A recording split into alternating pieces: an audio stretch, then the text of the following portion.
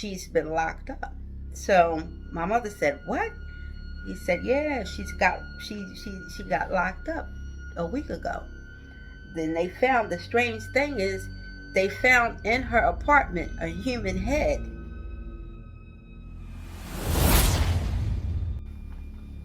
Hi, welcome to Tamika's Story Time. Thank you for tuning in. If you haven't hit that like button or subscription, I encourage you to do now, because I'm getting ready to start with this story.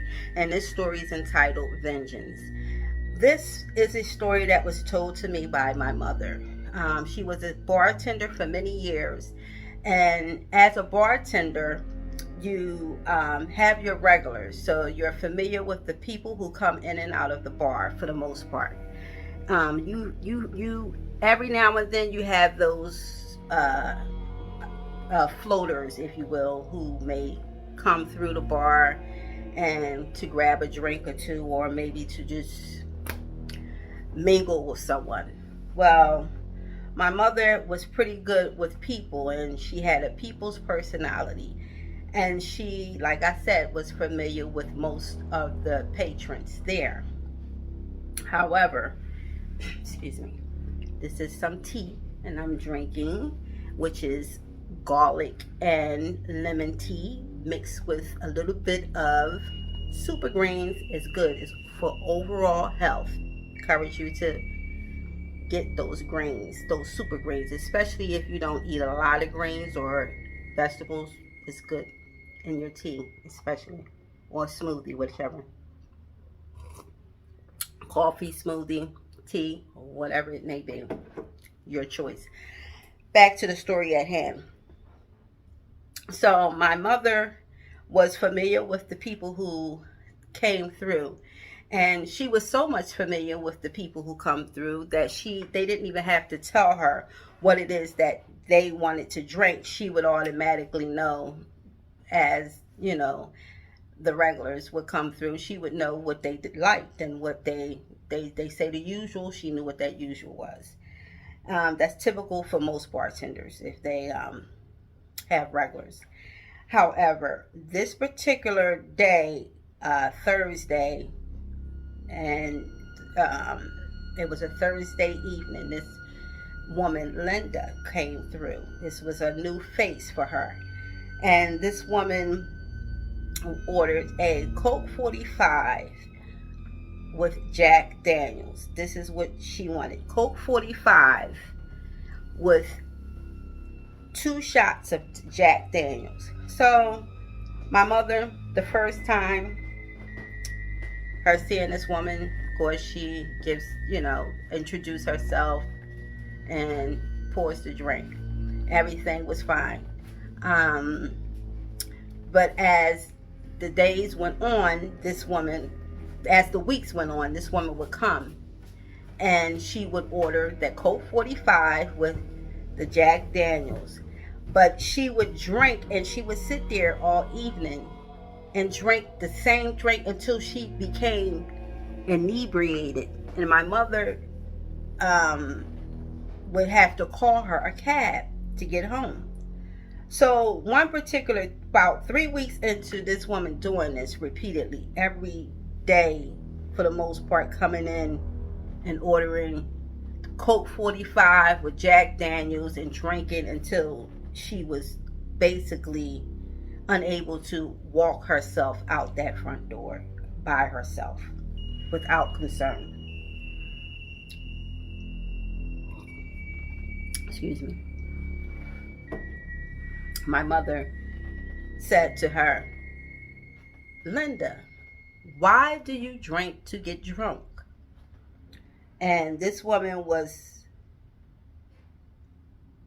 very, she became very sorrowful, if you will. She began to cry. Most people that drink, they cry. Well, this woman, she didn't cry up until my mother asked her, "Why do you drink to get drunk?" And she began to cry. And as she cried, she said to my mother, she looked up at my mother with bloodshot eyes and said, I don't drink anymore to numb the pain. I drink to forget the pain I've caused. And with that, my mother was, like curious at what she meant by what she said. So at this time, most of the patrons had left, and my mother and Linda was pretty much the only two there outside of one other customer who was a man, and he was sitting at the other end of the bar. And my mother said, what do you mean by that, Linda? And Linda said to her, I lost my son. I lost the only child I have. My son was taken from me. They killed my boy. And with that, my mother became extremely sorrowful. And for the first time, she understood why this lady was drowning, and not only pain, but she was guilty of something. Excuse me. This story gets to me as I remember my mother telling me the story. She said to my mother, I lost the only thing that meant something to me in this world, and that was my son. And he was a good boy. My son didn't deserve what he got. They took my son from me, and I had to take something from this world.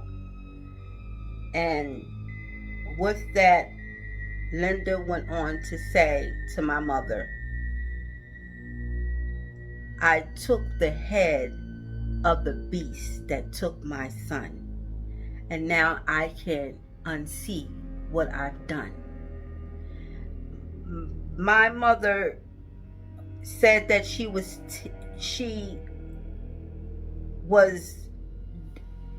a bit in confusion, although she could see her pain and see her guilt, but she didn't quite understand what she was saying, if it was as if she was speaking in a metaphoric state or a matter-of-fact state of mind. But she knew that this woman was extremely intoxicated, but she was also extremely in pain of something. And what she said to her resonated in my mother's spirit for a very long time, to the fact that when this woman didn't show up for 2 weeks, my mother began to question what happened to Linda, and where did she go? Because she just stopped coming. It was after that release, if you will, she just stopped coming to the bar. So my mother was serving another patriot at the bar, and it was a male, and his name was Harold.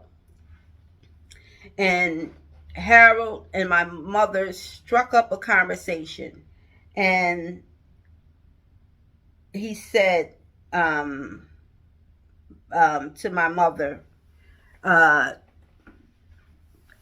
you familiar with Linda? And she said, Linda, the redhead. Linda had red hair, red short hair, and she was a light woman. She was fair skinned. And he said, are you familiar with Linda? And she said, yes, I am. What happened to her? Do you know what happened to Linda? And he said, she's been locked up. So my mother said, what? He said, yeah, she got locked up a week ago. Then they found, the strange thing is, they found in her apartment a human head And my mother was like, oh my God, this woman was actually speaking the truth of what actually happened. So my mom was so taken back that she was pouring the man the shot, that the liquor spilled over. She overflowed and the shot drank for this man. And she went to go clean it up, and she was saying, are you serious? As if she didn't hear this story before, but now she's hearing it in real time and real case scenario. So she said, what happened? How did that? She was like, oh my God. So the man went on to tell her, Linda came from New York. They were looking for her. She's been wanted, and they found her in the apartment that she was staying in. She hadn't been there long. She had been there for 6 weeks before they found her, and they found her with the human head of the young kid that killed her. This is supposed to be the person who killed her son, by robbing him of his sneakers and robbing him of his jewelry. He was to go. He was athletic, and he had so much potential that they were going to give him a scholarship for college. They were looking at him to give him a scholarship for college. So when he was murdered, they were on the case looking for the corporate who was responsible for taking this promising young man life. And my mom was like blown away, and she just was. After that, my mother changed from being a bartender to she made a career change, because she got tired of hearing the stories, and the stories just got more dreadful, and that was the most dreadful story that she had received, because it ended up being something that came back to her, and something that she heard from this woman's lips, but didn't quite understand what she was saying until this man Harold came in and validated everything that woman had confessed to my mother before she was picked up. But my mother couldn't shake the pain that this woman had in her eyes, or what she ultimately did. They never found that young man's body, and she never told what happened to that body. But they found his head. But why did she take the head of that young boy, that young man, and take it with her, is something that questions that circulated through that bar, and circulated, was a topic of discussion throughout the bar, as people got a hold of the story and recognized, oh yeah, I remember that woman. She would always sit at the end of the bar, at the opposite end of the bar of the front door, like as if she was watching, as if it put her in straight view of who would come in and out of the bar. And even though she didn't hold too much of a conversation with too many people recognized her because of her look, the red hair and the fair, and she was a fairly attractive woman.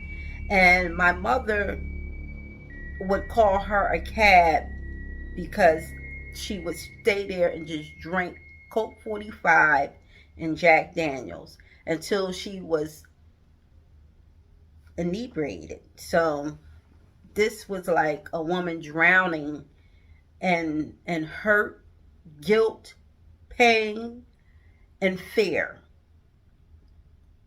And she took vengeance into her own hands because of the pain that she felt. the betrayal, and she felt that, she was robbed. So she wanted to rob someone else of their life, and that she did. I don't know much about that story outside of that, but I know that how it changed and impacted my mother's life, and how she moved in the world after that. She was very protective of us, more so than not, especially my brother. She didn't want us to be going to any place alone. We couldn't travel too much alone. And we always had to be with someone who can account. She would constantly talk to my brother. Be aware of what you do, because your actions have a greater impact on people than you can understand or know. You are a walking target, whether you realize it or not, from people who look like you to from the people who look like you to people who don't look like you. I mean, we always had that apprehensiveness of the law, the police, and how we carried ourselves and how we traveled and how we were to behave or respond if we were approached by the legal system for whatever it may be. So that part we was constantly reinforced and reassured and talked to about. But this became a deeper sort of seed for my mother, who was shook by this woman's, not only her confession, but couldn't believe the pain and the hurt that would drive her to do that to another human being. So my mother changed careers. She went into nursing, and she always said that, you always have a job to do even when you're not working. And that has resonated in my life and throughout my life. So when I give these stories, I'm giving you something so that something can resonate in you. And I have testimonies of my own that I will share with you that has directly impacted me, just from what my mother said. The power is in the tongue. And that is also something that my mother made sure that we understood, how power is in the tongue. So be careful what you speak, because what you speak resonates in power, and resonate power over someone or something in your life. So I say, I hope that this story was a blessing to you in some shape, size, or form. At the end of the day, we all are human beings. We all have feelings and emotions, and sometimes we allow our emotions to dictate our actions. We need to take a little bit more step back, evaluate, and decompress some of the emotions before we respond. No one could ever understand a mother's loss, especially when you lose a child so tragically. Today, that goes on a lot, and a lot of women can relate to that woman's pain. But, a lot of people can relate, but everybody responds differently. This woman, I'm sure, wish that, it was, I don't know what she wished. I can't speak for this woman, but I know that she was willing to do what she did to justify and to fulfill the hurt and pain that she was feeling at that time. And I pray that all who hears, all who sees, is in a safe place mentally, physically, and spiritually to receive the the forgiveness, the compassion of someone else's pain. Be compassionate to someone else's pain. Be an ear to someone else's sorrow. Be a comfort to someone else's displacement. Be a comfort to that. We all can be a source of healing for one another. And I pray that this was a source of healing for someone.